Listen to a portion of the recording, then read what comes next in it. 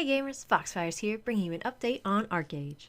This weekend, Trion had a live stream covering Part 2 information about patch 2.5 Bloodsong. The patch is expected to hit the PTS on Wednesday, January the 20th, and the targeted release date for the patch is January the 26th. The big items they covered during the live stream include balanced arenas, sieges, ability changes, tree houses, and an upcoming event. Fair and balanced arenas are coming to patch 2.5 Bloodsong. There will be a 1v1 called Sparring and a 3v3 called Skirmishes. For winning in 1v1, you get 150 honor, and for losing you get 90 honor. For winning in 3v3 with everything maxed out, you get 270 honor. One catch about the 1v1s and 3v3s is that you'll only be able to queue for the arenas 5 times a day. If you want to queue up more than 5 times, you have to buy a bruiser badge from a merchant for 15 gold each, and it doesn't seem like there is a limit on these. So if you really like the 1v1 and 3v3s, you might find yourself in a bit of a gold sink. The 5v5s are unlimited, but they have their honor decreased because you can queue for them as many times as you like. So about the actual 1v1 and 3v3, why it's being called fair and balanced is because when you go in, none of your gear matters. Everyone is going to be given the same resilience and toughness. Everyone is going to be put at a divine buff. When you enter, you will quickly choose one of 8 different archetypes, and this archetype provides you your buff that contains all of your stats. The weapon that you have equipped will determine what abilities that you can use and what buffs that you should choose.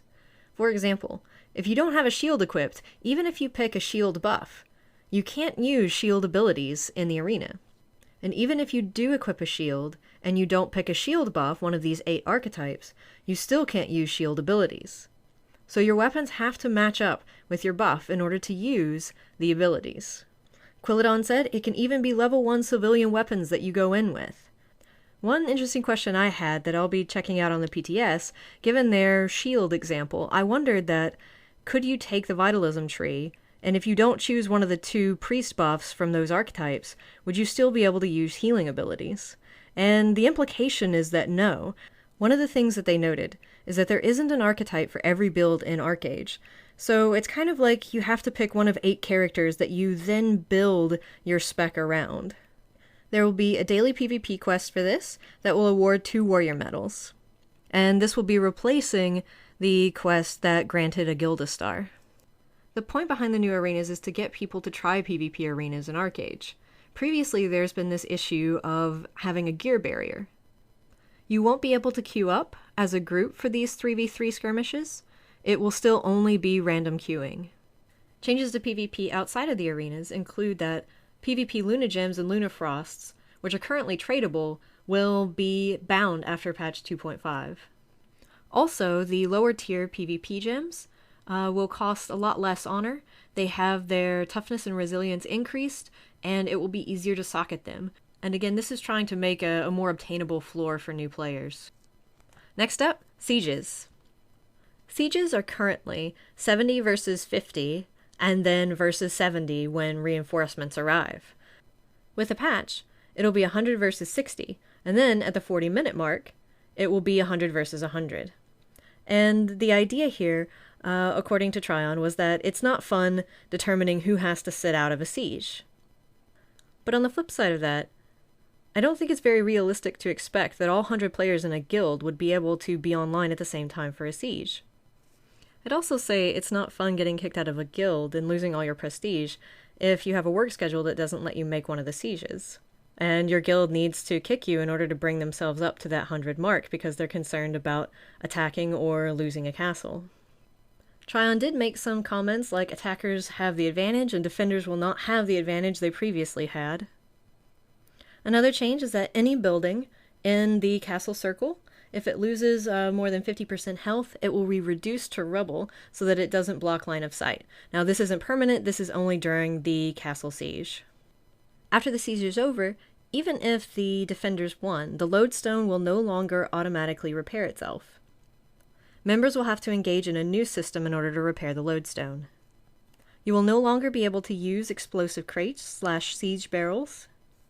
And there's a change to how gates and towers and walls are purchased. They will now be purchased for Lord coins, and the lords will be receiving 60 lord coins per week. Up next, ability changes.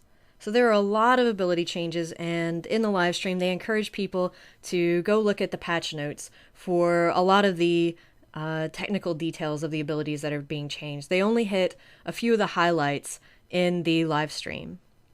So abilities are going to continue to change in 3 passes over the next 5 months. The first pass is going to be now for 2.5 at the end of January.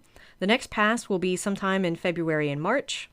And the third pass will be at 2.9.